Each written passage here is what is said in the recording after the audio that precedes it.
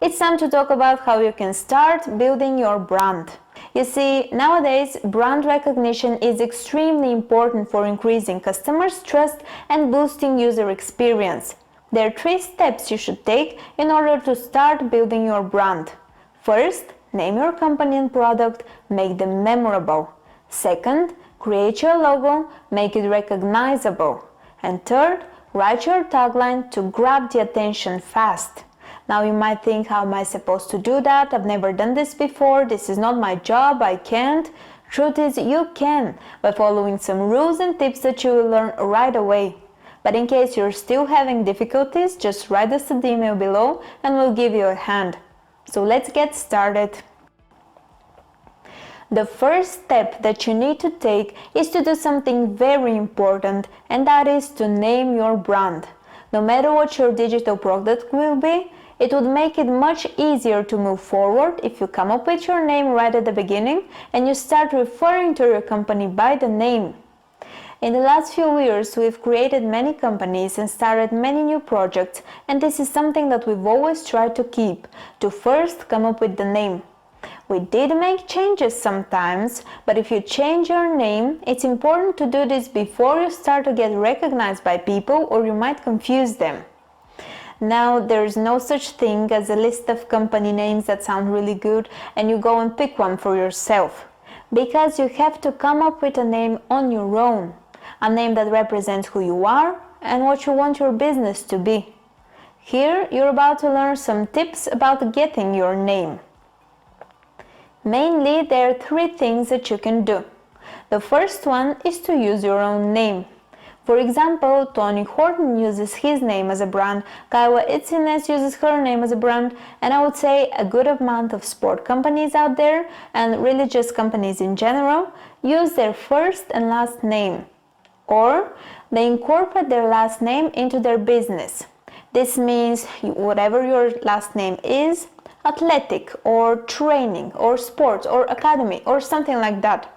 So this is one thing that you can do, use your first and last name and just put yourself out there as you, or incorporate your last name into your business or into your sport company. Number 2 is to use a name that incorporates what you do.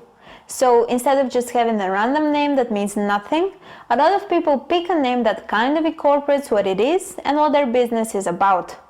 Just like with Quest Karate or virtual sport projects. There were so many names that we could choose, but these 2 are examples of names that we thought we want people to, whenever they hear the name, to not only sound good, but also to know exactly what it's all about. So, first, you can use your actual name, or second, pick a name that incorporates what you do. And then number 3. You know, 72% of the best brand names are made-up words or acronyms. So your third option is to just pick a really cool sounding name. It does not incorporate sport, trainings, or what the program is about. It means nothing. And there's a lot of companies out there that do this. As shown by the statistics, a lot of successful ones too. They come up with a name that doesn't mean anything, but it just sounds really good. And it might even sound weird at first, but once it gets popular, it becomes a household name. But overall, now take a pen and write that down. You should really try to create a name that's impossible to forget. And to do that, you should know that the mind remembers a name by sound and not by sight. And the name is something that's a sound first. Rhythm, rhyme, and alliteration make names much more sticky in the mind. So you should really consider using those. A name is something you should take very seriously and spend some time to think about it. Next, we're going to talk about creating your logo, which is the next step in your business. So, now that you've created the name of your company, it is time to create your logo. Every single company needs to have a logo. It can be really simple or really in-depth or even on your name. But this is the front cover of your business that, like it or not, people will instantly judge. It's just we're geared this way. If people don't like the way it looks, they wouldn't want to know more about your business. But on the other hand, a good logo has the power to make your business stand out. You're about to learn the steps you should take and tips to bear in mind when creating it. It is said that, ultimately, a good logo is something that people recognize instantly and relate to. And this should be your goal too. Your logo has to be unique, and it has to be unique for your business. It has to be who you are and about your company. But where to start? What you want to do first is you want to start searching for logos that you really like. Check out sport company logos or whatever your sport is, logos or any logo that you can think of, and find the logos that you like best. You should do that to get inspiration.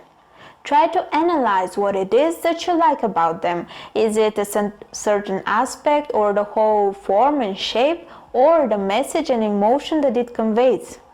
Then step back and think about it. Now, depending on what name you choose and what kind of logo you want, you first want to see if there's any way to incorporate your name into your logo. Again, if you've chosen to use your name, see if you can take the first letters of your first and last name and make some sort of logo out of it. That's very common nowadays. Now, if you decide not to just use your first and last name and you have some sort of theme, you should try to incorporate the theme into your logo. But make sure not to make it too complicated. Latest logo trends suggest rather minimal and flat-based design, simple geometric shapes, and also using the negative space between the shapes, glitch and static movement, and using gradients and bright colors. And a quick word about the colors. 80% of consumers think that color is a big part of brand recognition. Therefore, so should you. But what is more, color portrays a message to the audience. You should learn the color psychology. What is the meaning behind a certain color? And which ones resonate with your business? You can start now. Considering everything said, go on, pick your pencil and a sheet of paper and start experimenting. Remember to, first, get inspiration and figure out what logos you like the best. Second, see if there's any way you can incorporate the name in it. And third, if it doesn't have a name and it's some sort of theme, incorporate the theme into that logo. And after naming your business and creating your logo, we come to writing your tagline. You know, it's not a necessity, but it's highly recommended that you do have one. This is the one sentence that says it all. What is your company about? So use it to make the brand even more memorable than with the name alone. Use it to grab a customer's attention fast and to leave a certain message in their minds. Taglines are easy to remember and to understand, which makes them an incomparable advertising method. Here are the 4 qualities a good tagline should have: benefit-driven, brief, timeless, unique. You want to fulfill all 4 conditions to make your tagline and therefore your brand memorable. Let's take a look at our tagline. Virtual sport projects. Double your freedom, income, and impact. Is it benefit-driven? Sure it is.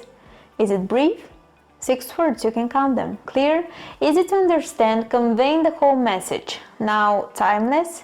I would definitely say that these 3 things will stay relevant for years to come. And unique? Well, yes, it is. So, this was a quick tour of the first steps you need to take to establish and start building your brand.